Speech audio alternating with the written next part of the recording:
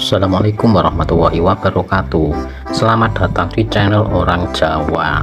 Bhinneka Tunggal Ika merupakan semboyan yang tertulis pada lambang negara Indonesia, warisan dari Kerajaan Majapahit. Kalimat ini muncul pertama kali dari konsep keagamaan baru di era Kerajaan Majapahit. Usai hubungan disintegrasi atau kurang harmonis dari agama yang ada. Pencetusnya yakni Empu Tantular Pujangga yang terkenal dengan karya-karya sastranya. Konon saat itu memang ada permasalahan agama yang dihadapi Kerajaan Majapahit.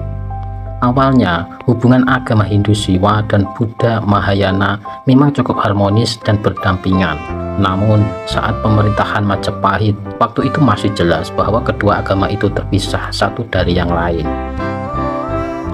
Dikutip dari 700 tahun Majapahit, suatu bunga rampai usai terpisah dan mengalami kerenggangan hubungan. Masing-masing agama mempunyai candi-candi yang berbeda dan terpisah. Masing-masing bahkan mempunyai arca-arca pemujaan yang dapat dibedakan dengan jelas satu sama lainnya. Hanyalah prasasti Kelura yang ditulis pada tahun 782 Masehi, satu-satunya yang memberikan ungkapan penyamaan antara suatu konsep kebenaran agama Buddha dengan konsep kebenaran agama Siwa. Dari sanalah akhirnya rumusan lebih tegas terkait hubungan antara kedua agama ini dicetuskan pada Kakawin Sutasoma. Kakawin ini ditulis masa pemerintahan Sri Rajasa Negara atau yang dikenal dengan Hayam Wuruk dengan bahasa Jawa kuno. Di dalam Kakawin Sutasoma pada Pupuh, bait 1 jelas-jelas mengatakan bahwa karyanya itu adalah sebuah Buddha carita atau carita yang bersifat Buddha.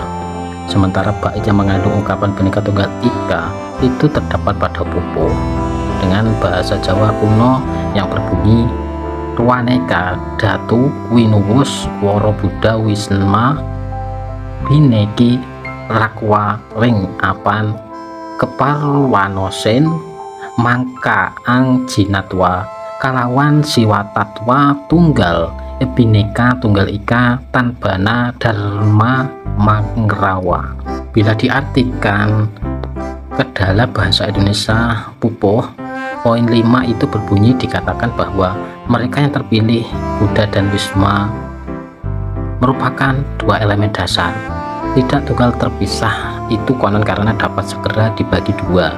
Padahal pada itu kejinaan atau kebudayaan dan kebenaran Siwa itu tunggal itu terpisah, tetapi juga tunggal tak ada kebenaran yang mendua. Pada bait itu terungkap Dewa Siwa disamakan dengan Buddha. Lebih tegas bahkan diingatkan bahwa ada kebenaran Siwa, Buddha yang halus dan penuh kasih. Pertemuan dan penyatuan Siwa dan Buddha ini pun telah dimulai dengan tegas sejak zaman Singasari, yakni saat raja terakhir Kartanagara setelah meninggal dibuatkan arca peringatan dalam wujud sebagai Siwa maupun Buddha. Perumusan-perumusan yang dihasilkan di zaman Majapahit baik dalam bentuk sastra maupun arsitektur pada dasarnya merupakan daya kreatif untuk mengatasi keanekaan agama. Masalah keanekaragaman tersebut perlu dikelola dalam rangka upaya bina negara di zaman Kerajaan Majapahit. Nah, itulah pembahasan tentang sejarah Bhinneka Tunggal Ika yang menjadi warisan Kerajaan Majapahit untuk Indonesia Raya. Mugi-mugi dipun paringi manfaat.